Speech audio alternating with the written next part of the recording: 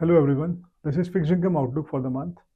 In the run-up to MPC meet in December 24, a few ideas found stronger consensus in the market than the possibility of a rate cut. First, a CRR cut was expected by the market as INR liquidity has tightened significantly during the month due to RBI's FX intervention and CIC, which is currency in circulation outflows.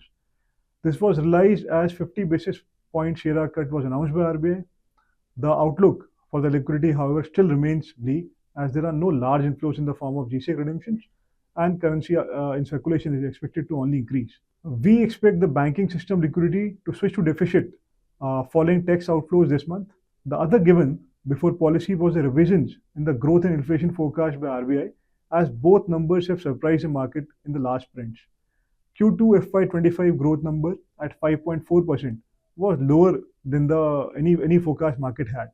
So FY25 growth forecast by RBI is now revised downwards to 6.6% from 7.2% earlier. This assumes Q3 at 6.8% and Q4 at 7.2%, which still are very steep targets. Forecast for CPI for FY25 is revised upwards at 4.8%. However, Q2 FY26 forecast is just 4%, right in the middle of MPC's targeted band.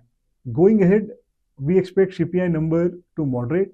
If one looks at the detail, the increase in the food inflation is not broad-based. Three categories: fruits, vegetables, oil, and fats have seen an increase in inflation.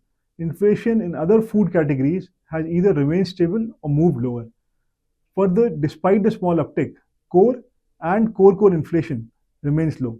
On rates, RBI retained its policy rate at 6.5% for an 11th straight time, while two out of the three, the new external members in MPC, have voted for the rate cut.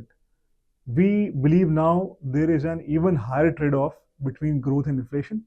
While growth is moderated, headline inflation is yet to show significant signs of cooling due to higher food inflation. The comforting number is lower core CPI, which also indicates that there is slack in the demand in the economy. So, in coming quarters, as growth slacks becomes even more visible, we continue to expect that policy priorities will shift from controlling inflation to supporting growth. The apparent risk to the view here is INR volatility. For all emerging markets, this is a tight situation as expectation of higher terminal rates in US and tighter global financial conditions have created FX-related risk.